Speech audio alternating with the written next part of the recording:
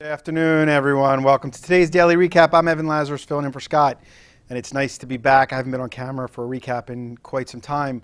A lot of selling today. Definitely some things I want to talk about. So let's jump into it here. We're going to start with the S&Ps, and I'm going to start big picture, and I'm going to funnel it down, and we're going to talk about intermediate term and even short term. So we start with we're going to start with the weekly. And the weekly is always a great proxy here for what's happening overall, and we're going to look at the S&P, the spiders, and we're going to zoom in or zoom out, I should say, and the market's definitely flirting with a lot of resistance here. We can talk about trend lines, and you can see going back to lows, depending on how you square up your lines. Again, I always think that when you go back in time and you look at a large sample of data over several years, it's always better to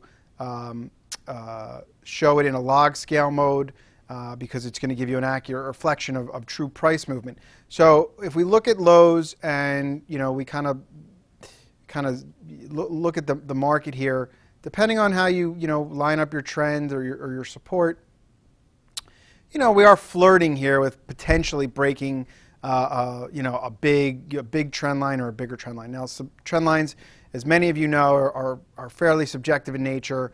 But point being, you can generally see turning points, whether it's a top or a bottom. Very big rising wedge pattern here. I know that Jeff Cooper in the Cooper reports highlighted it. I've highlighted this pattern in off the charts and some of the other things that we produce here on a daily basis.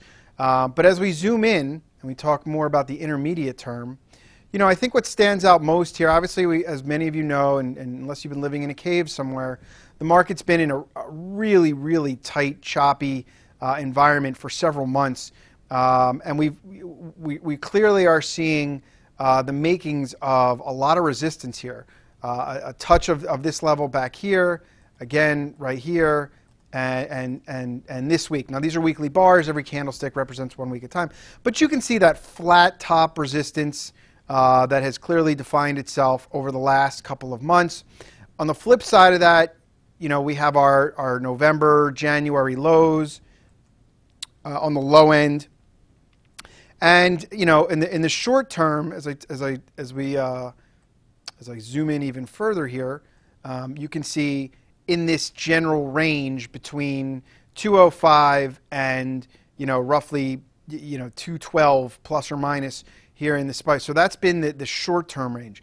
So you have this short-term coiling pattern into this intermediate term, into this much larger term trend line. Now the market seems like it's on the verge of wanting to turn down again from this larger resistance zone.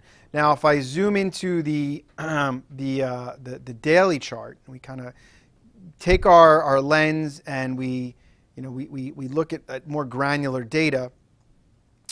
I'm going to remove a lot of these lines here just for sake of being able to follow my train of thought.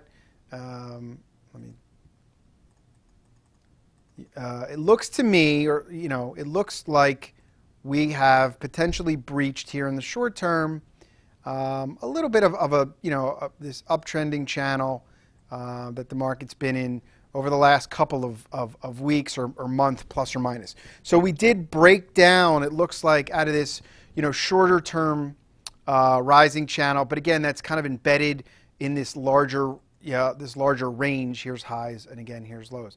So this, to me, could spell like we could be on the verge of wanting to trade back down to this area, this 204, plus or minus 205 area. So I would be on high alert here that this market, has seen another turning point at larger resistance, as I stated, and today, clearly marked some day of significance or potential significance that we could see a larger downdraft. And again, I think it needs to just be watched on a day-by-day basis. A break here of these lows could spell trouble, and we could potentially even trade, back down into those early 2015, late 2014, early 2015 lows. This market has continued to be tough to trade because it is non-directional.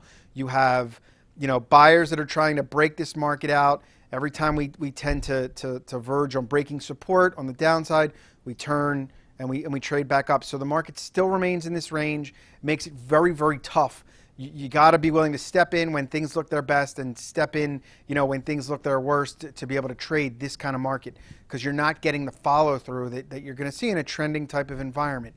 And that's really been, again, the earmarks of what we've seen the last couple of days. Now, as we look at specific sectors, and I think the one on everybody's radar has been biotech, and we'll look at biotech here. Biotech sold off in mid-March. We rallied back, and again, I'm showing you the IBB, which is the ETF. We rallied back a pretty substantial amount. We did wind up making a lower high, but violently turning back down, and within a matter of 4 trading days, right back to this larger support level. So biotech kind of hanging on the verge here of breaking down. Could we see a little lower tomorrow? We could, and possibly a little bit of a bounce or consolidation. But biotech clearly, I think leading the charge here. As it led the charge on the way up, biotech's been a moneymaker for a long time. There's been a lot of opportunity there. Stocks have been on a tear for the better part of the last couple of years.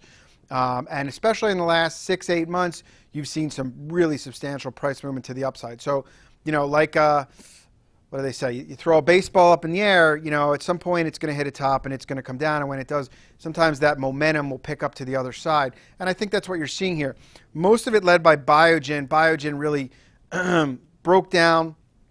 We didn't see that bounce back in Biogen that we saw in the overall sector, which was our clue. And then post earnings, gapping down and just taking an immediate haircut right down to the 200 EMA here on the daily.